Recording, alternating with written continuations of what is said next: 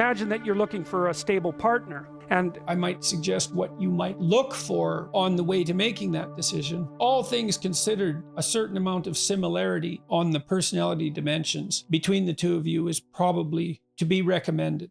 If you differ tremendously in trait conscientiousness, one of you is going to find the other unbearably rigid, orderly, and workaholic oriented, and that person is going to find you dissolute and undisciplined. And those are temperamental differences, and if the gap is large, it's hard to bridge it. Agreeableness, it's the same thing. The warmer person will find the colder, harsher person cruel and unkind, and the cruel and unkind person will find the more agreeable person soft, a pushover, and contemptibly unable to stand up for themselves. And the extrovert will want to be out partying all the time, and the introvert will have had his or her fill of that very rapidly. So you want some temperamental similarity across the major personality dimensions, with the possible exception of trait neuroticism, which is the generalized proclivity to experience negative emotion. I would suggest that a person high in neuroticism seek out someone low or very low. Because first of all, neuroticism is one of the best predictors of unhappiness in a relationship. And so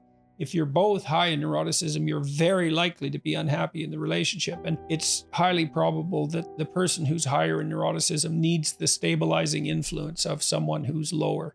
And so if you're an agreeable person and you have a particularly disagreeable partner, you're also going to run into problems, because the agreeable person will say whatever you want, whenever, and the disagreeable person will say, well, I'd like to know what the hell you want for a change, and be much more harsh and much more demanding in the situation. And again, that's actually one of the primary sources of tension between men and women, because women tend to be higher in agreeableness than men. It's about half a standard deviation, which is quite a large difference by psychological standards. So there's the problem with agreeableness. With conscientiousness, the advantage to being with someone conscientious is, well, they're going to work like mad, but the disadvantage is they're going to work like mad. So, you know, if you're looking for a partner that you want to relax with or have fun with, or who isn't uptight, then a conscientious person is probably not a very good choice. On the other hand, if you're a conscientious person and you're living with someone who's really unconscientious, that's good, because they might be able to help you relax, but you're not going to be happy with them because they don't work nearly as hard as you do. So another reason why it's useful to understand your personality is because I think it gives you a better crack at finding someone that you can actually live with over the long run. And I don't think you want to live with someone who's exactly like you, because then both of you have the same strengths and weaknesses, and there's a bit of a problem there, right? Because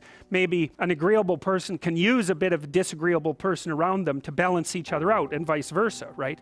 So we don't understand the optimal balance for long-term thriving in a relationship, but I think we do understand the fact that if you're too different in your traits, where you're different is going to constitute a chronic source of conflict. Then you have to ask yourself if you can trust the person, if there are activities that you can share with them that would make up a life. If you're oriented in approximately the same direction with regard to your goals, especially important goals, career and children being foremost among them, if you think you could come to some agreement about how the economic resources could be distributed, or at least how that might be negotiated, if you can negotiate with the other person, and again, if you can trust them. And I would say of all those, trust is the most crucial component, maybe followed by the ability to negotiate.